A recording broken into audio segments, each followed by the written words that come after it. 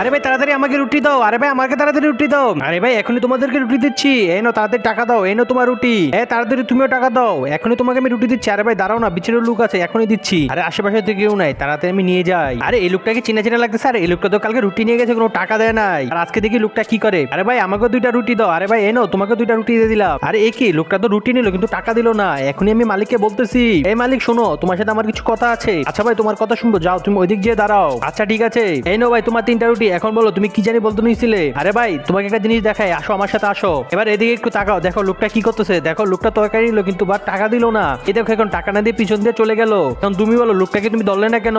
আচ্ছা ভাই আসো, তোমাকে একটা জিনিস দেখাই। কি দেখাবে ভাই? আচ্ছা আমার সাথে আসো না। আরে ভাই কোথায় যাচ্ছ? তোমাকে তো এখনই দেখাচ্ছি, তুমি আমার সাথে সাথে আসো। এ আল্লাহ, যে সুন্দর কোরআন শরীফটা দেখে ভিডিওতে লাইক সাবস্ক্রাইব করে দেবে তার সকল মনের আশা পূরণ হয়ে যাক। আর যে ভিডিওতে লাইক সাবস্ক্রাইব করবে না সেই সুন্দর কোরআন শরীফটাকে ভালোবাসে না। আর কমেন্টে আল্লাহু আকবার লিখে যাও। বাচ্চারা দেখো তোমাদের জন্য খাবার নিয়ে এসেছি। আরে দাঁড়াও, খাবার আগে সবাই একটু মুনাজাত ধরো। হে আল্লাহ তুমি আমার এই দোয়াটা কবুল করো, এই দোকানের জন্য সবসময় ভিড় থাকে, আর ভিড়ের সুযোগের জন্য আমাদের মতো গরিবের জন্য খাবার নিতে পারে। আল্লাহ তুমি আমার দোয়াটা কবুল করে দিও, আমিন। আচ্ছা ভাই তোমাকে একটা কথা বলি, তুমি শোনো, এই লোকটা যখন আসে তখনই দেখো আমার দোকানের মধ্যে প্রচুর ভিড় থাকে, আর তার সাথে সাথে আমার বেচা কিনা অনেক ভালো হয়। আমাদের সকল উচিত গরিবদের পাশে থাকা, গরিবদের সবসময় সাহায্য করা।